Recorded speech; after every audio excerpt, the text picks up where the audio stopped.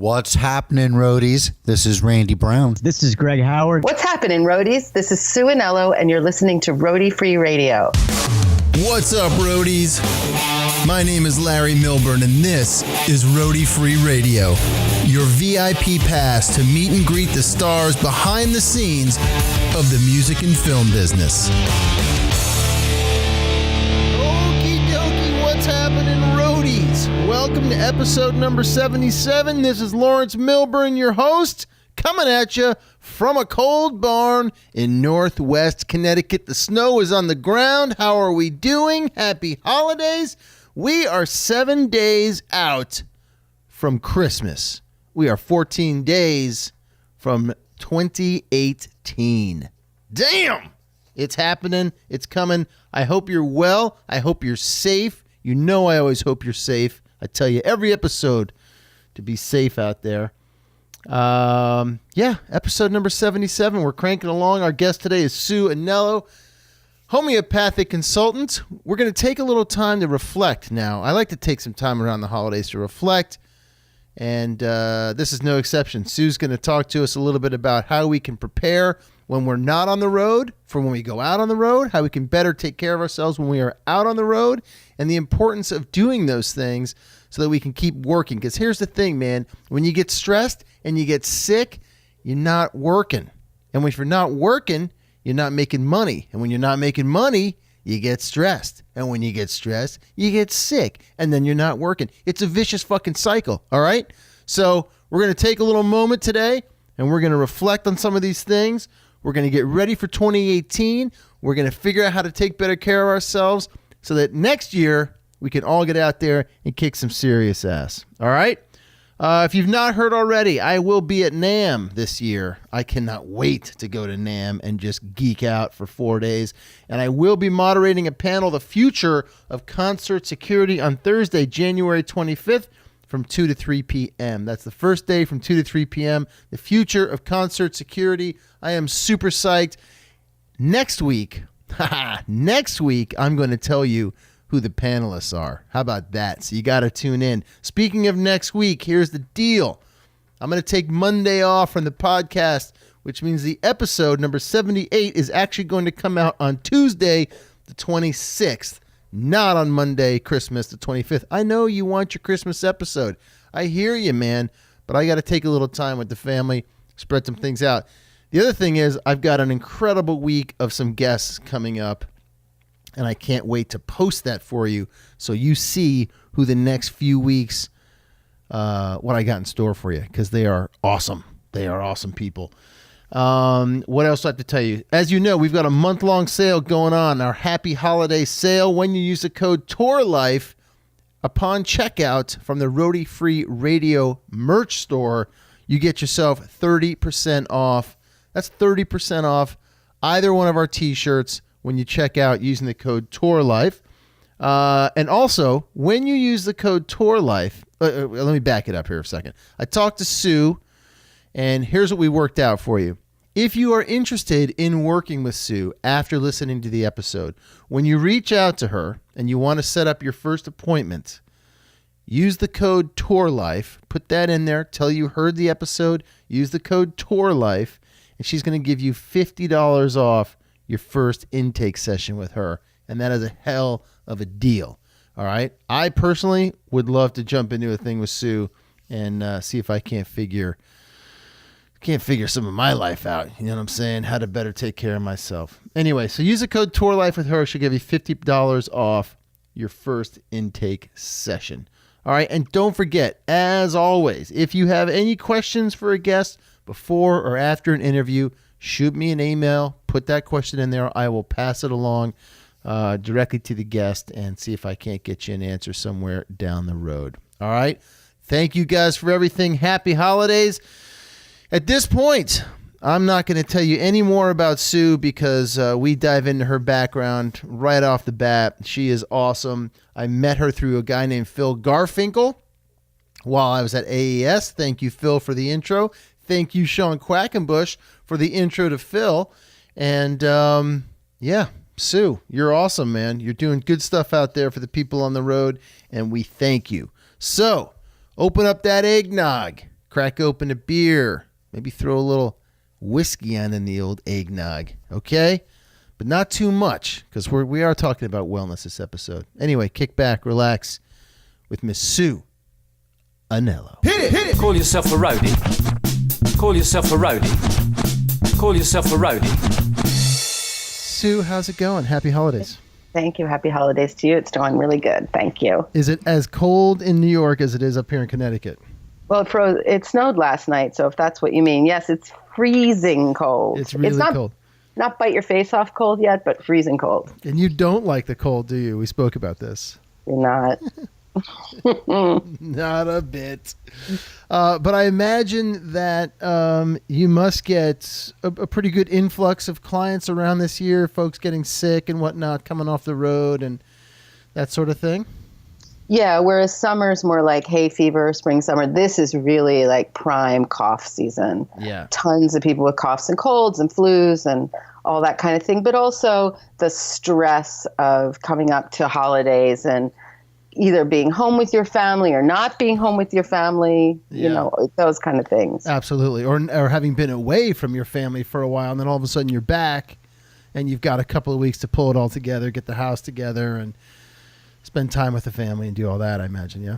Yeah, and also with the West Coast friends right now, it's been dealing with a lot of PTSD and stress around these wildfires. I mean, earlier in the year, they were in Oregon and up in California, and now with around LA, it's just been a nightmare for people. Yeah, it's nuts. It's absolutely nuts. We have a lot of past guests that have been on the show that have been affected by these fires, and our thoughts are with them and support for sure. So, all right, there's a bunch to dig in here, and I want to first start with your background. With your background and your history, because I know you bridge a couple of cool gaps, and that's why I thought you'd be a great guest to have on. You've got a big music background as well as a homeopathic background, and I think you can help guide us in how to take care of ourselves out there on the road and off. And so let's hit it. Tell me about your background a little bit.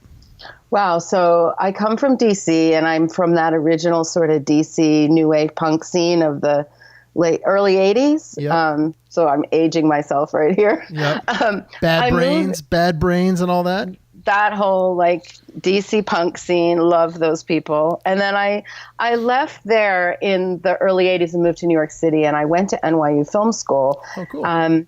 Because I thought I was going to make music videos. And then pretty soon when I got in there, I realized that music videos were mostly pretty crass and crappy. Yeah. And I started getting internships and jobs in the industry while I was still in school. So I was at Columbia Records in the publicity department, writing bios and press releases for the Psychedelic Furs and all these bands, and had an incredible mentor in this guy, Arthur Levy, who's still writing. And then I went from there I had a gap where I was at cinema studies at NYU. And then I went to Capitol EMI Records in New York.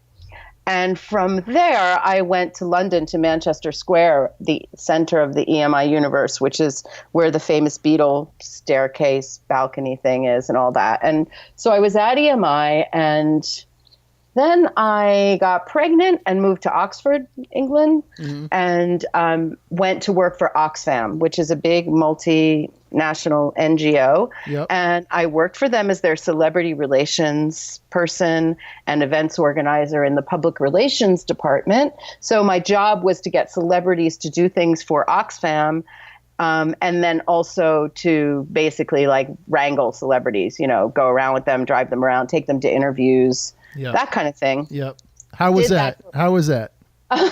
Well, it kind of drove me into my next profession, which was there's a lot of people with a lot of problems trying to get a lot of attention. Yeah. And, the musicians who was very used to were not as bad as the actors, were not as bad. Anyway, not to be too judgy, but there was a lot of problems in that population. And so once I fell in love with homeopathy, which I did because I had horrible postpartum depression, and it was cured like overnight by a homeopathic remedy. And it was so incredible that it drove me to homeopathy school. I went and gave my notice at Oxfam. The thing that really surprised me, though, when I did that was that all the people around me, all my old music business friends, everyone were like, of course you should be a healer. This makes total sense. I thought there was going to be ridicule about it, especially because nobody knew what it was. Yeah. This weird modality that actually is 250 years old in German. And at one point in the United States, 15% of all doctors were homeopaths. Wow. But it's driven out of town by the American Medical Association in the late 1800s and early 1900s. So it's this mysterious thing that people just don't know what it is, but it's super gentle and effective and helps you build your whole overall health. So I gave my notice. I went to homeopathy school for 4 years. And then I started flying back and forth between New York and England, where I was living, and started building a practice in New York, which is where I then ended up. I ended up in Nyack, New York, so kind of like upstate. Yeah. Not very far, 20 minutes, but it seems upstate. Anyway, so went to Nyack, and my initial patients, a lot of them were people in the industry, the music business. They were models and directors and actors, just because that was sort of the world that I was more used to. Comfortable. So that's basically how that happened, and I kept up my my music business sort of credentials by never stopping going to shows, always having tons of friends in the business, for some reason having this crazy ticket karma where tickets just appeared to me, and made friends with lots of sound guys. Oh, I missed the whole part where I was like for years in a recording studio in DC. Oh yeah, tell me about that.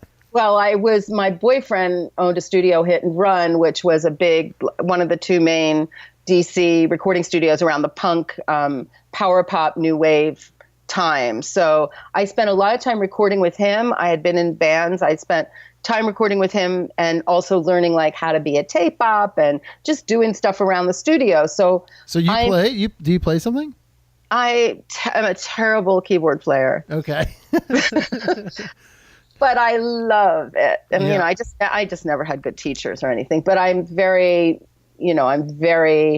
connected to, that's my main connection in the world is to music. Yeah. And it's never faltered. It's just always been there no matter what I've been doing in my life. So I did spend a lot of time around studio people. And then later on more like sound guys who are like more front of house people. And lots of my friends are involved in one way or another in music. So I have a great affinity for what's missing for people and what they need and what can support them. And did you see that sort of niche and decide like that's an area I'm going to try to fill for people? Using this newfound love of homeopathy? I think when I first was practicing in Nyack, I started looking at what is my vision. And my vision, I thought, was at first like maybe unrealistically like, oh, I should be the homeopath on tour because I am totally, first of all, I commuted for years with my practice between England and New York every 4 weeks. So it was kind of like I was a touring person too. Yeah. I was the touring homeopath. I mean, I'd be the only person in the Virgin Lounge who wasn't a suit, who they saw all the time. Yep.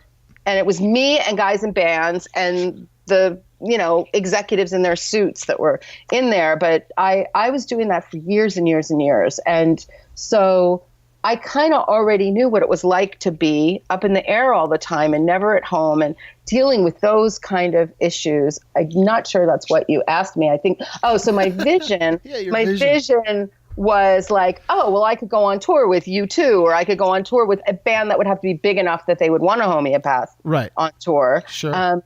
But realistically, what ended up happening was I more started working with people who were in crews. I mean, I do work with musicians, but more it was about supporting people who were doing the work that was really wearing themselves out a little bit more. And also I had many more connections in that world than I did with the actual musicians anymore, now that I wasn't like holding hands with them and taking them to things. Right.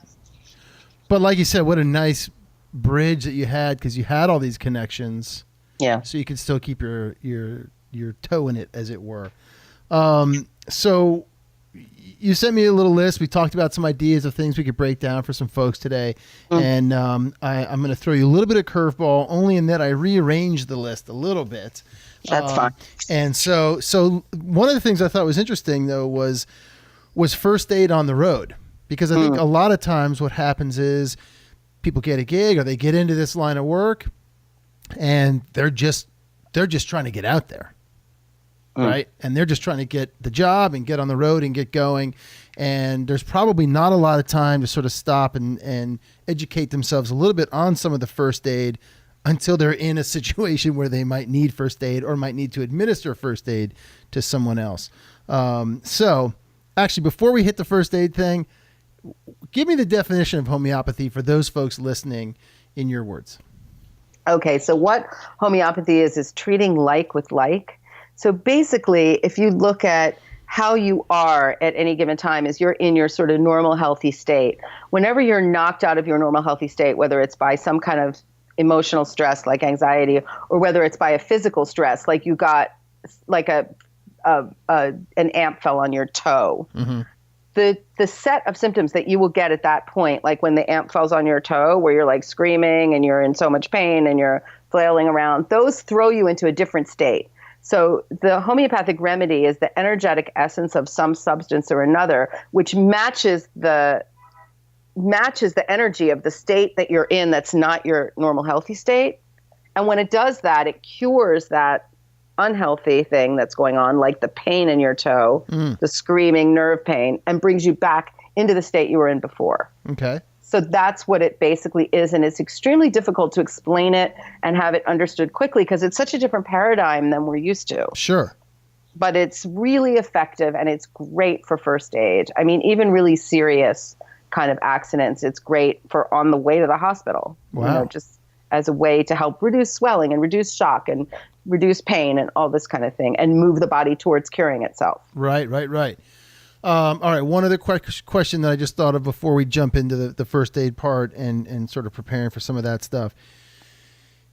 You've been around this since the 80s, mid 80s, right? And like you said, you know a lot of sound folks and crew and artists and whatnot. How have you seen the culture of the road change or perhaps not change since then? Well, certainly it looks externally less debauched than it used to. Yep. It definitely, in the early days, I mean, obviously the DC scene was more straight edge, so it wasn't as outwardly crazy in some ways, but it was pretty crazy. But that rock and roll kind of classic rock sort of,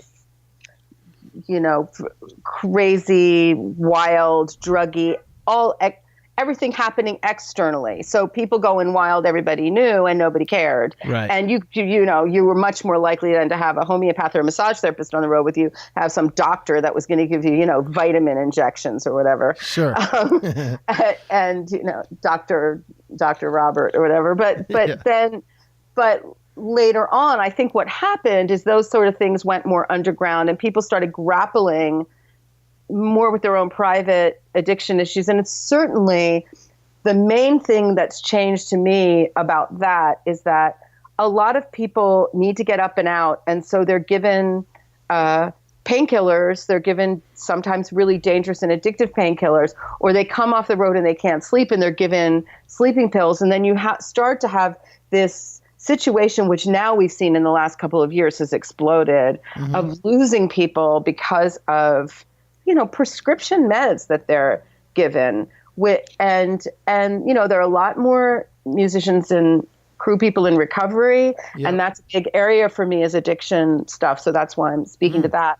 But, I do think that wildness is toned down and there's a more externally professional, things are much more, I'm not saying things weren't professional because obviously, Sure. You needed to have a rider that kept everything from falling on everyone's heads. But, right.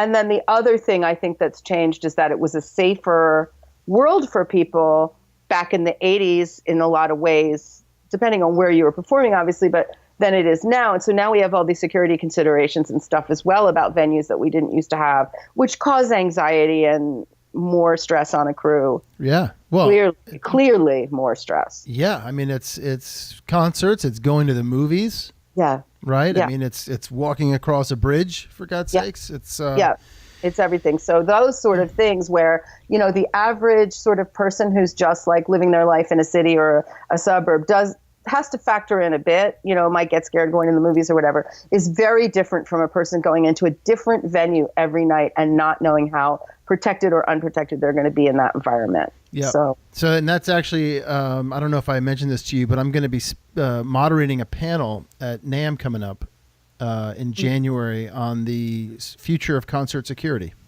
Oh, wow. Yeah, that's so important. Do you go to NAMM or no? Not so far. No, I could, but haven't yet. You should, yeah.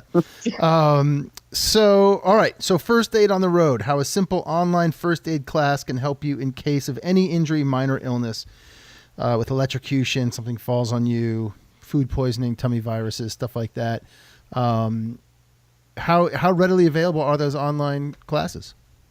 Well, I have a first aid class that, we can link to that does give you those basic sort of things for burns and bites and stings, and then also for stuff like food poisoning and minor colds and sore throats and things. So I already have a class up online, which isn't specifically designed for any one particular population, but definitely would be helpful. Yeah. But also, I've given some tour managers kits that I've made myself, which, I wouldn't necessarily sell a kit like that, but if anybody was interested in that kind of thing, any tour manager or anything wanted to have a kit, or front of house guy wanted to have a kit, or whoever, to just carry with them that has the basics, because there's really simple remedies, which, for amp falling on your foot, for if you get sparked by something and you're electrocuted, I have definitely treated that, or for if you eat something bad and you need a remedy. So I can, if I'm contacted and my costs are covered, I can make a little kit up for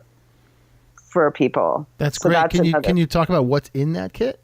Yeah. So the remedies that would be in a kit, first of all, would be the remedy Arnica, which is the main remedy for like bruising and banging and falling and tripping or accidents. If you get in a car accident or anything where there's any kind of shock and there's any kind of soft tissue damage or like, you get like an egg on your head or whatever, that's Arnica. Okay. It's also a pre and post surgery remedy. It's got a lot of uses, mostly because the body goes into shock when it goes into surgery. So it helps with the body's easing its way through. Sure. So a lot of doctors, tell people to take it now before or after surgery for that reason. Then there's Hypericum, which is a homeopathic remedy which is like Arnica for the nerves. So it's like if you drop something on your foot or you slam your finger in something and you have that screaming nerve pain that goes up, that's what Hypericum is for. So interesting. And then there's phosphorus, which is the main electrocution remedy. And that's just basically for when you have a situation where something happens and then you're kind of out of your body. Like you just can't, you're buzzy and that feeling and you just can't get back grounded into your own electrical system. So Sure. Phosphorus is great for that.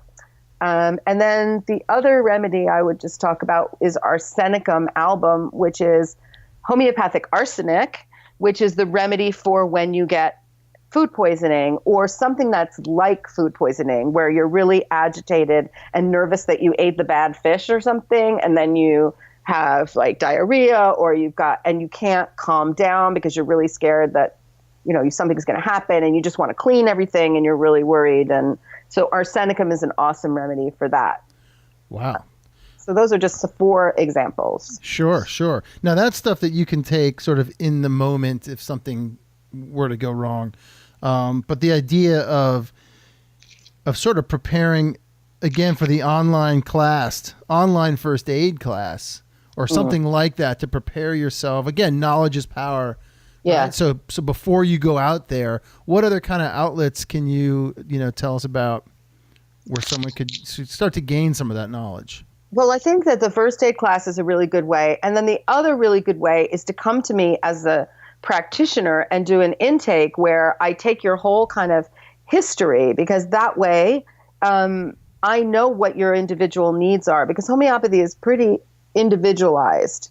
Oh, it's completely individualized. So, I look at the person's family history and how they react to everything and all the different patterns, and then what their own possible pitfalls are. What are the things that they're susceptible to? And then I would arm them with a kit or with a remedy that will protect them when they go out, and then tell them what remedies to have individually to deal with whatever comes up for them usually. Because I've got some guys that like, and it's not just guys and gals who have a big one is hay fever, especially during festival season. Oh yeah. And so, they come to me and do an intake, and then they have their arsenal of remedies for when they're out there. And sometimes they just have the constitutional remedy, which is the remedy that deals with the deeper sort of susceptibility to the hay fever, and they don't get it anymore. So they just take it one time and then it's gone. Wow. And I've had a few cases of that in the last year of, people who are traveling constantly and are, at festivals and stuff, and they just it doesn't bother them anymore. Or if it does start to bother them, they know what to take because I prescribed it before. Sure. So the intake is basically an hour and a half. It's long.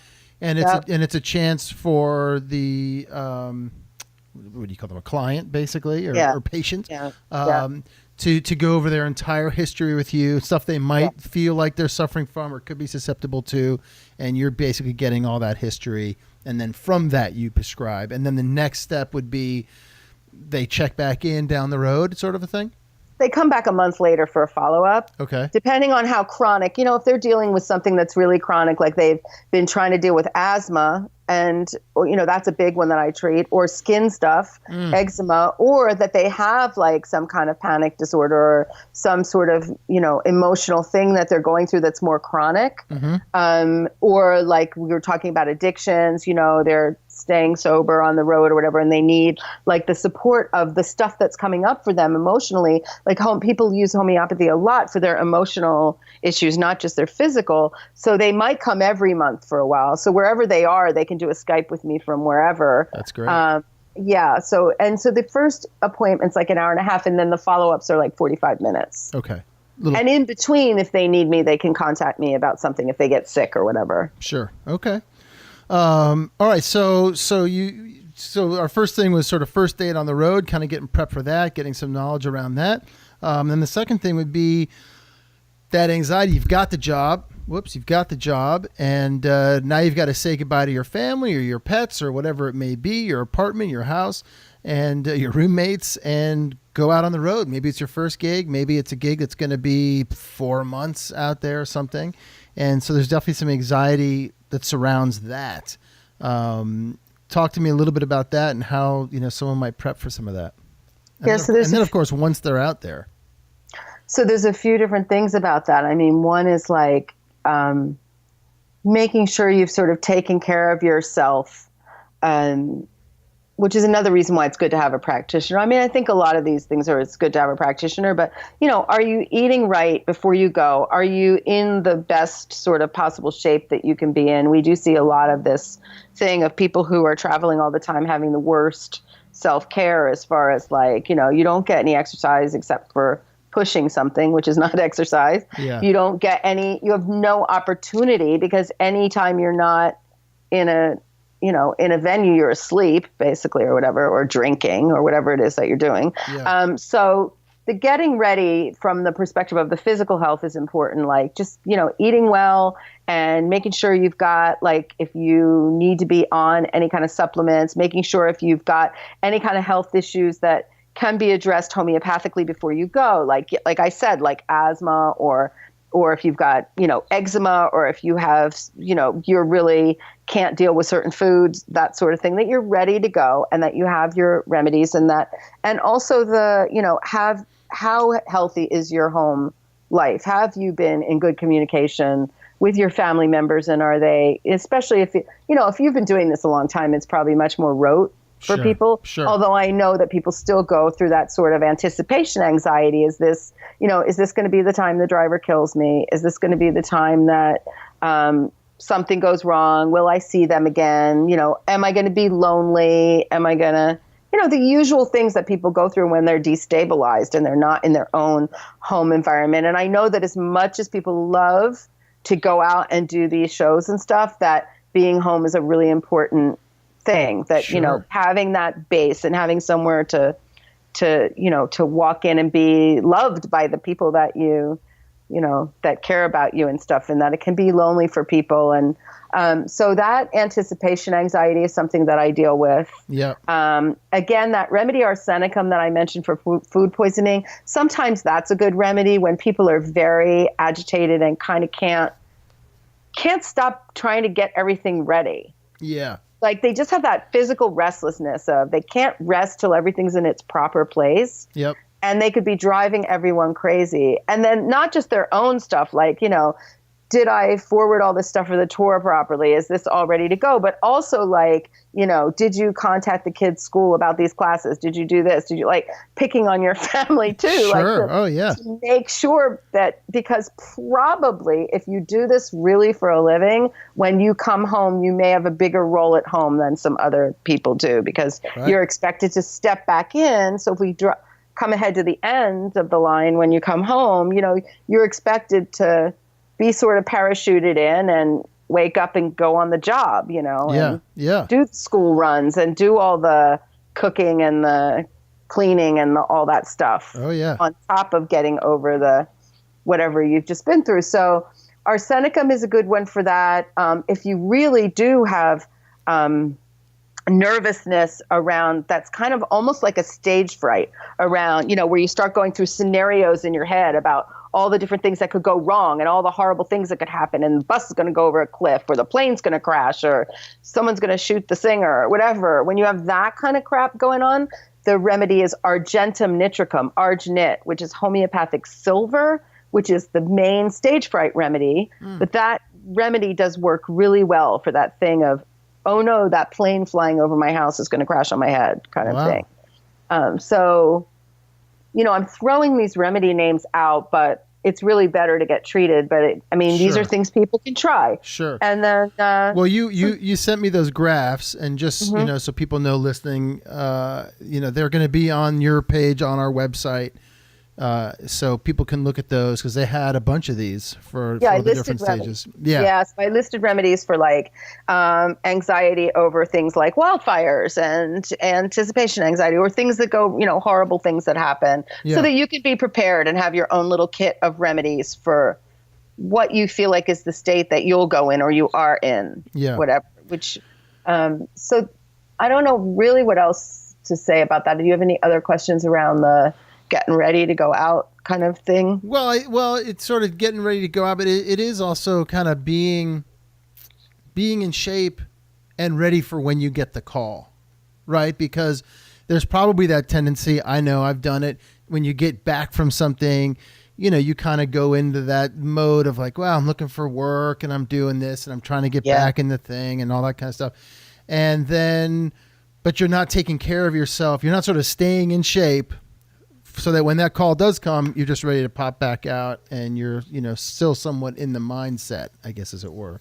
So here's where I get probably a little more new agey about stuff, because I really do more than what homeopathy is, because for my own self in my own life and for the people that I've helped, I really feel like it's important to do whatever you need to do to show up for your life. So when you do show up for your life, I think that you then attract the more work. When you're not living in that space of, complaining and moaning that it's never going to turn out, but you actually are taking little actions every day and just having a trust in that things always work out, that, that might be crazy, but I always tell people, I feel like I have 100% success rate for things working out. And that means, sometimes things are up and sometimes they're down, and sometimes you're busy and sometimes you're not busy. But when the focus and attention and the energy is where you want it to thrive, so you just you put one foot in the front of the other and you just do the next thing that you need to do. But you keep holding that, I don't know if faith's the right word, or belief or whatever, that when it's right, it will happen. Just believe it. Mm-hmm. I don't even know really how to communicate it, but it's something I'm particularly good at myself. So, but to how to communicate that thing of not allowing yourself to go down that fear hole, because the fear thing really, I think, holds us back. And it does keep the next thing from showing up sometimes for a longer period of time than just being in your life in the moment. Maybe that's as simple as it is. It's like being in the moment in your life. Yeah. And when you're in the moment in your own life. So whatever you can do to practice that, whether it's mindfulness meditation, along with I'm going to take 5 actions a day. My favorite expression is take an action, then take a nap. So I do like to do a thing I need to do that I know needs to be done. Like, the numbers from that, whatever that trip was, like putting together your expenses for that trip, whatever it was, and then doing something nice for yourself, like watching what you've been dying to watch on Netflix, whatever it is, and then going back and doing the next thing, breaking it down, putting one foot in front of the other, breaking it down, and making sure your self-care is really high up on your priority list. Yeah. Along with everything else, that your self-care is really at the top. Then it looks like things just do work out. Yep. And if they don't, and it's because you were using on the last tour and the tour manager decided not to have anything to do with you anymore because they know that you were like smoking too much pot or whatever and not showing up, then it's time to look at that, because we do need to address those places in where we might actually be shooting ourselves in the foot. I know that's not the right term really, but that we are, where we're our own worst enemy and we've done something and we're just in denial. Sure. Right. And that's why it's not turning out. At that point, you got to take responsibility for your own thing. You mentioned, you used the term new agey, and I'm just curious, as we talked about the changing culture of the road and this whole thing, do you butt up against sort of that older hard line? And I'm going to use an English accent just because it's like, it's sort of the stereotypical roadie, but like I'm a fucking roadie, I don't need this. Do you get that? Uh-huh. Do you? Yeah. The fuck are you talking about, Sue? I lived in that culture for 20-something years. I raised my family in that society. Yes, I do. But I'll tell you something. If you're sneezing enough and coughing enough and you can't sleep at night without your inhalers, and even if you're a fucking roadie, eventually you're going to take the remedy. And then you're going to turn around 3 months later and go, oh my God, I haven't had any meds. And I feel fucking great. Use my inhaler in 3 months, Yeah. Truth. Right. Good. Cool. And I don't need to go down any kind of new agey road with people, because this is really about your symptoms. Right. And some of our symptoms are physical and some are mental and emotional. Yeah. And if you are a stiff upper lip kind of, no nonsense, I don't get into my emotions kind of person, that's easy for me because that's just a symptom to me. Right. I just take it as a symptom. Yeah, right. Well, no, it's interesting because a lot of the folks that I've had on the show that are touring professionals, they all have something. And it inevitably in our interview, we will talk about what their thing is that they do to take care of themselves on the road. Whether it's, I got to take a walk by myself, I got to meditate no matter what stinky carpet I'm going to sit on and roll my yoga mat out, or do some yoga or whatever it is. But it's such an interesting life, particularly if you're a crew member, because you get off the bus, you hop into a place, there's the stress about unloading the trailer and all that kind of crap and getting the stage set up. You're kind of working against time because you might have 16 guitars by yourself to restring and fix and all this and that. And you got to get to sound check, and then you're a little on edge during sound check. Maybe that hour and a half, after sound check, maybe when you can have dinner and kind of chill a little bit is your time. But then it's showtime. You're definitely on edge of showtime. That's done. And then you're going back to work. Yeah. So it's a difficult place to find a rhythm, but maybe that's the rhythm. And then you just learn to live within that, right? Well, the main issue I've seen that worries me is I've been brought backstage by a friend and then introduced to every crew guy at the end of the night, and had you'll have these guys and they're 44 years old, and they're my friend will go, this is my friend Sue, she's a homeopath, and they'll go, oh yeah, let me tell you about my stroke. Oh yeah, let me tell you about the heart attack I had at 42. Yeah. This is not uncommon. The heart thing and the circulatory thing is way too common and worries me. And I do think it is because you have that full on thing and you have people not getting exercise and they're not eating any kind of balanced diet, especially when they're out Sometimes maybe catering's okay, but not always. And also there's the thing of then after that 18-hour day or whatever of getting on the bus, and then it's Roadie Friday, and everyone's drinking. Right. Or whatever they're doing that you may or may not see. Sure. And so I think that that's another reason why it's good for everybody to have a thing and to have a practitioner that you can contact and say, these past few days I've been going through this. It's really helpful to have somebody who understands exactly where you're at and what is going on. And and I'm not being judgy at all about what people are doing. I think it's completely understandable, all of it, because it is the nature of what it is, like you just described it. It's the nature of what it is. It's a lot of pushing things around and not a lot of, and very high stress in very concentrated periods of time, and then a bunch of fun, and then but sometimes you're just in that high stress place for the whole time. And especially if you're working with people who are really demanding. I mean, everyone's demanding, but yeah, but if you're on a tough tour, there's a lot going on, or there's a lot of changes, or like you said, you've got an artist who's, particularly demanding. That's just a whole other level. Yeah, and there's the whole other, situation where you might be in a van tour, right? Or you might have come off a 5 bus tour where there is great catering, and maybe they're traveling with their own chef, and then you're back in a van for 3 months. Yeah. So there's a lot of sort of figuring out how to work within those parameters, right? Or those extremes, let's call it.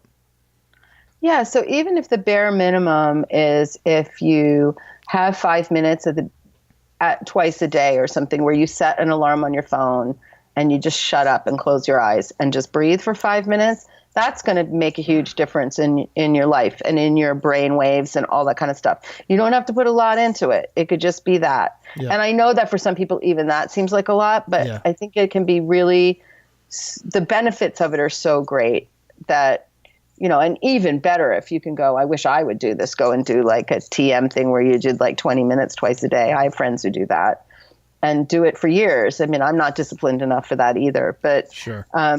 But the just, having that pause, and then also to be honest about stuff. And that's the other reason it's good to have a practitioner, because it makes you really honest, because you have to look at your stuff, and then whatever it is, that's only going to make you healthier. And, we've all been seeing all these people that people love, like coming off of tours and stuff. And it's just so stressful on the body and everything. But I do believe, and, I know it's not that pop, but I do believe that the prescription drug thing is probably one of the biggest issues. Yeah. It's one of the biggest problems in our culture, and with people on the road who are just like living on stuff to make them keep going. Yeah.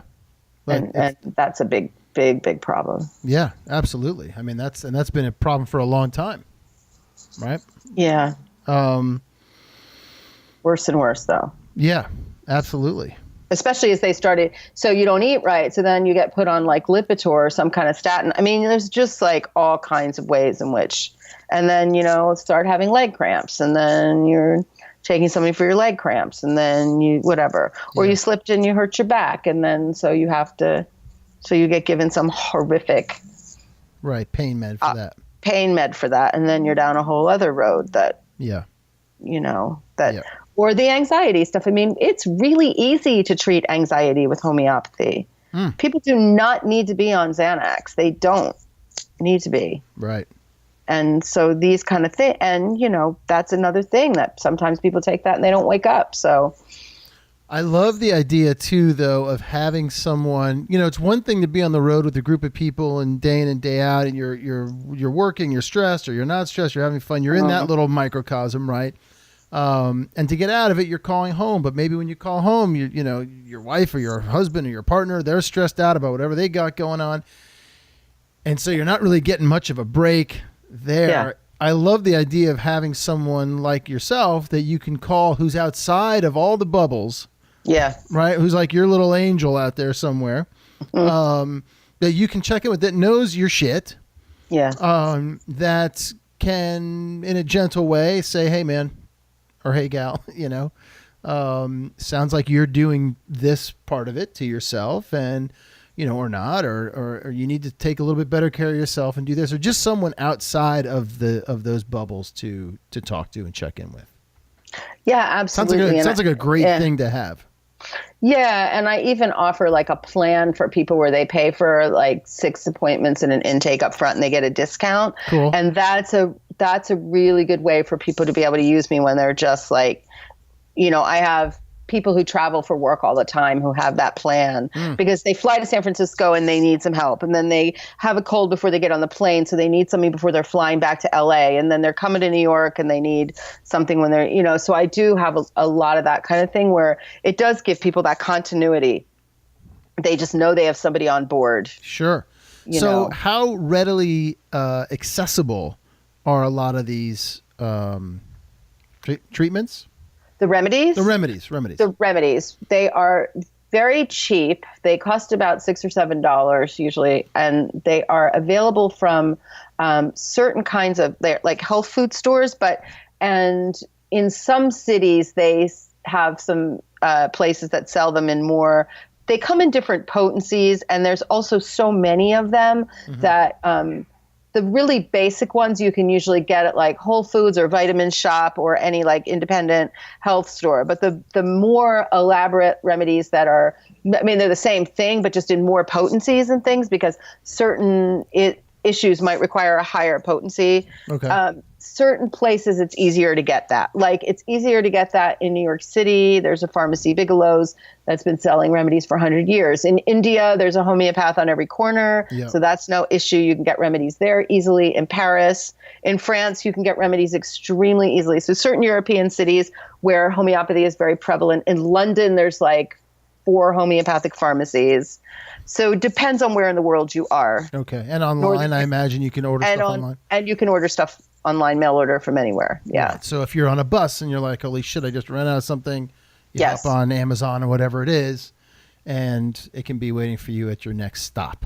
And if you're my patient and you're domestically somewhere, then I can priority mail it to you because I keep a supply of remedies too.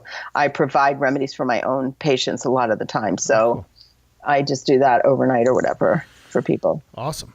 All right, so let's switch now a little bit to some of the more recent things that have been happening. We've covered giving yourself some knowledge and a way to prepare before going on the road, what to do in some downtime when you either come off the road or you've got some time off the road, and then we've talked about being out on the road and how to take care of yourself and whatnot. So let's deal with some of the other issues that have been going on. We've got wildfires raging in California. There's weather things that happen. There's concert security and stuff like that. And one of the things you talked about was so things don't become PTSD, and we can get down to that too, because I'm just curious about that. So talk to me a little bit about those things. So for one thing, the concert security issue, obviously a lot of these things are out of our hands. We don't have any control over it.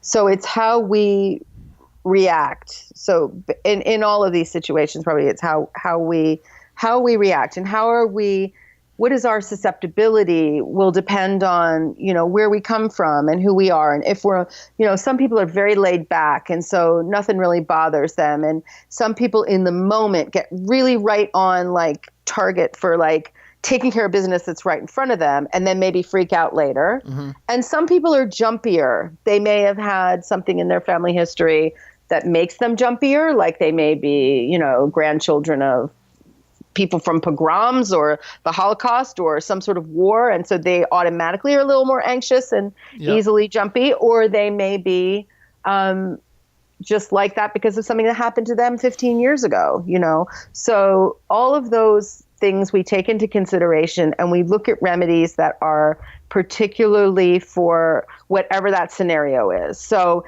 if a person is having a great time and then all of a sudden that great time turns into a life-threatening situation and they survive it, there's the remedy aconite is probably the remedy that they're going to need, because that's a remedy for when, there's that sudden shock and the suddenness of this you have this thing in your head like, oh my God, I'm going to die. Like there's no question. Yeah. I mean, that could be going to the dentist. People take that remedy to go to the dentist, or they take it if they're, in Las Vegas and there's this horrible thing that happens, whatever. So I just gave it to a whole family this morning who live in Ventura. Yep. Because, they looked out the window and their neighborhood was on fire. And then when they went out to see what was going on, people that were not far from them, their houses were just ash. Wow. So I gave the whole family aconite because you have that situation where everything is fine and then boom, everything is not fine. Yep.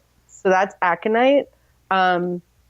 If you are fearful and agitated when you're going into, say, that venue in Paris or whatever, and you know that everything's cool now and they have great security, but you're still nervous about going in there and you're agitated, that remedy arsenicum I talked about is probably a really good remedy for that, because it allows you to be more into the present and not so much like trying to like anticipate what's going to happen next. Right. So there are certain remedies. There's also something called Rescue Remedy, which is a flower essence that you can get at a lot of health food stores, which you can just carry around with you. And if you start to feel that fear, you can just take some, like a dropper full of Rescue Remedy, and that will help you to calm down. How quickly do these things work? Like that. Really? Wow. Because you're in a state that's distorted from your normal state, and the remedy addresses that. So boom, you go back into your normal state. So it can be pretty fast. I mean, with anxiety and things, I tell people sometimes to put a bunch of the pellets, they're little sugar balls with the remedy on the outside. Yep. I tell them like to put it in their water and then just sip it, like shake it up and take sips of it. And then they do that and then just forget that they were upset or stressed or whatever.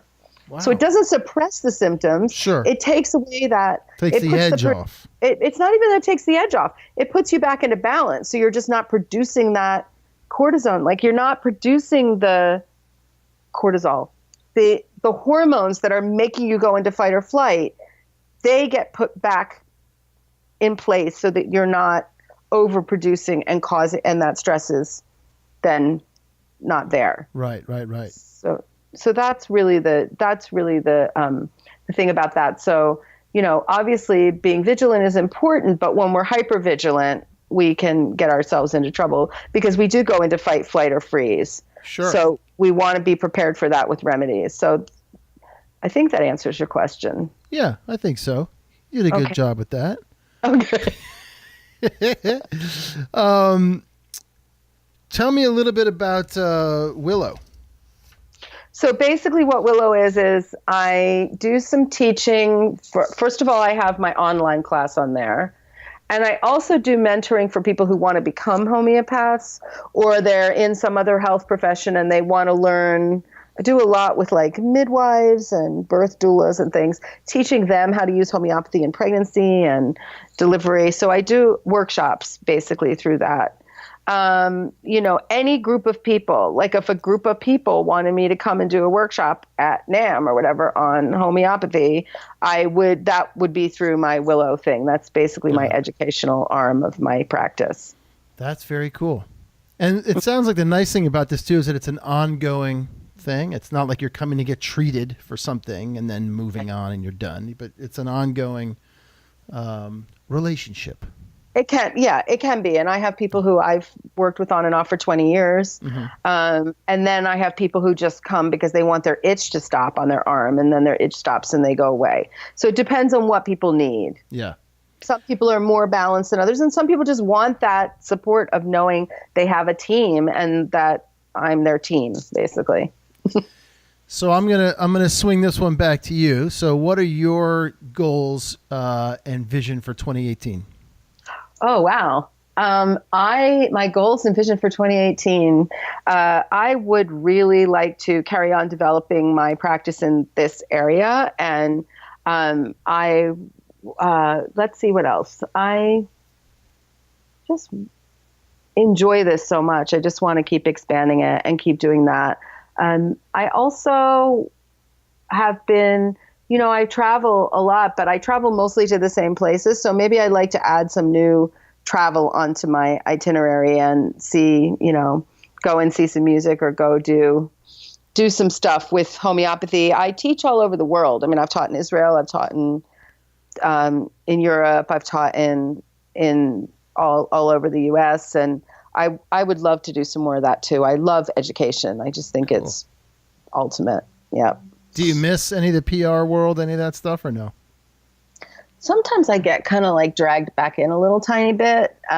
But no, what I just want to make sure is that I see as much live music as possible, because for me, my whole I'm not a good meditator. I'm not a great sitter, but you put me in a room where I can, a place where there's live music. And if that connection happens, that's it for me. So, I don't have to go with a group of people. I'm not there to party. I'm there to just be in that space. And that's my thing. You're going to church. That's your church. I'm going to church.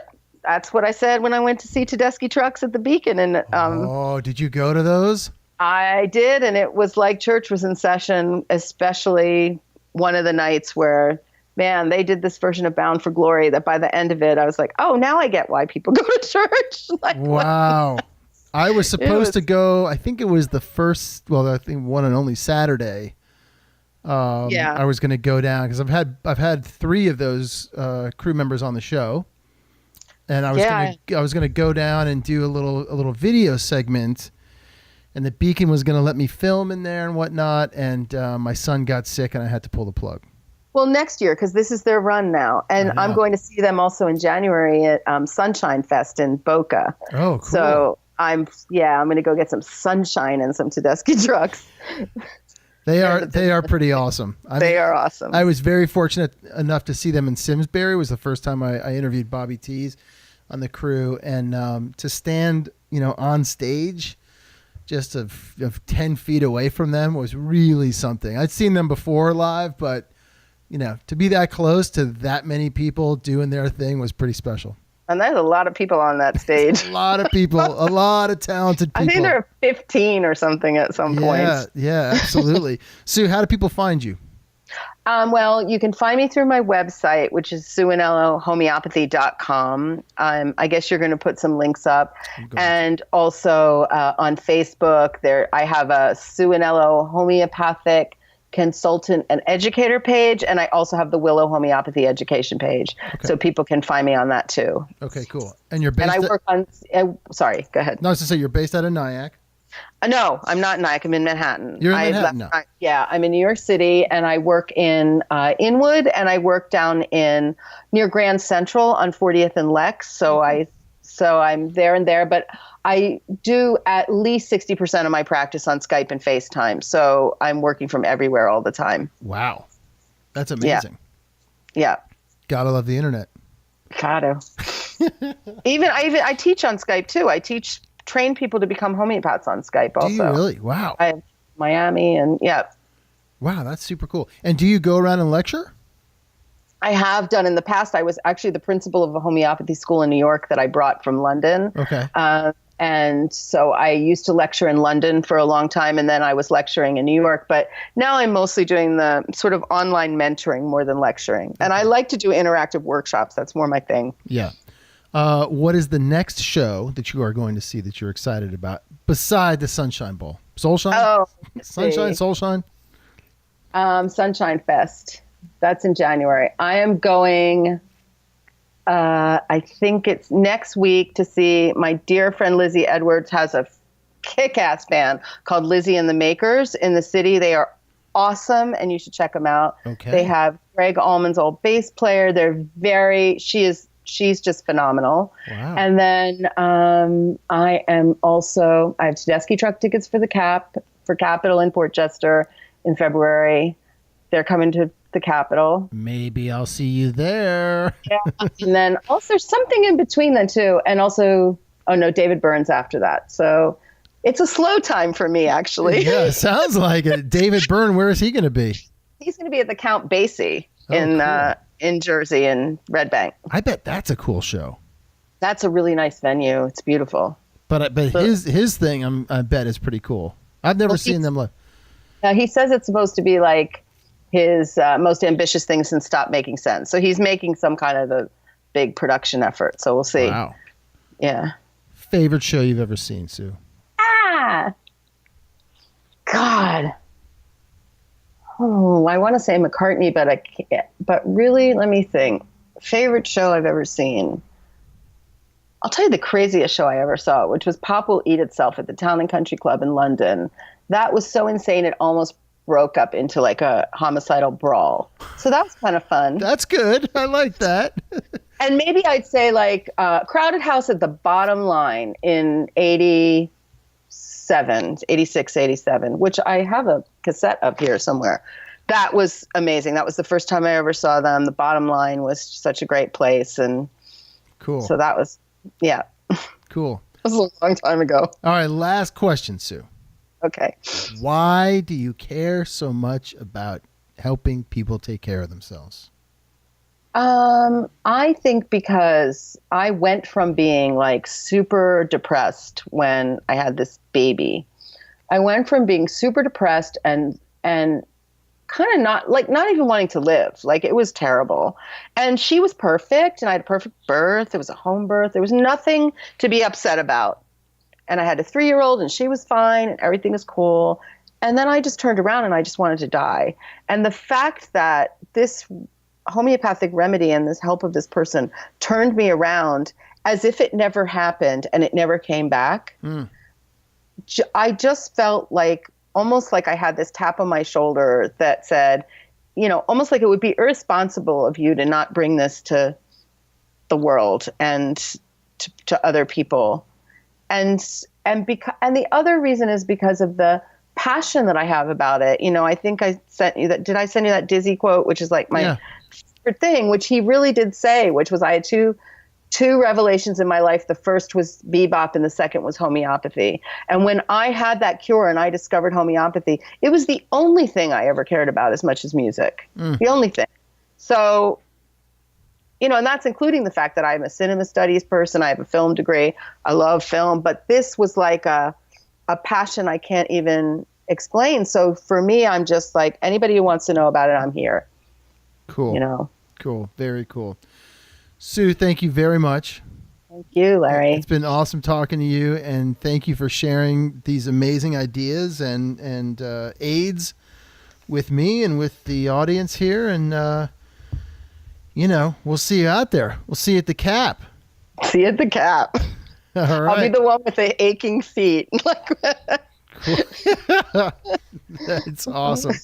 The one dancing in the aisles. Yeah. All right. Very cool. Sue, thank you so much. Thank you. Sue Anello, thank you so much for dropping a little knowledge on us this holiday season, how we can better take care of ourselves and how we can prepare for 2018 to make it a great year. Folks, stay tuned for episode number 78 next week. Don't forget, it's coming out on Tuesday, December 26th, not on Christmas, on Tuesday, December 26th. And you can follow us on Twitter, Facebook, Instagram, SoundCloud, iTunes, Google Play, and YouTube, all as Roadie Free Radio. Don't forget to check out the website, roadiefreeradio.com. Lots of good stuff in the show notes there. Send me a note. You know I want to hear from you. That's info@roadiefreeradio.com, my friends. And in the meantime, be safe, be smart, and I'll see you next week.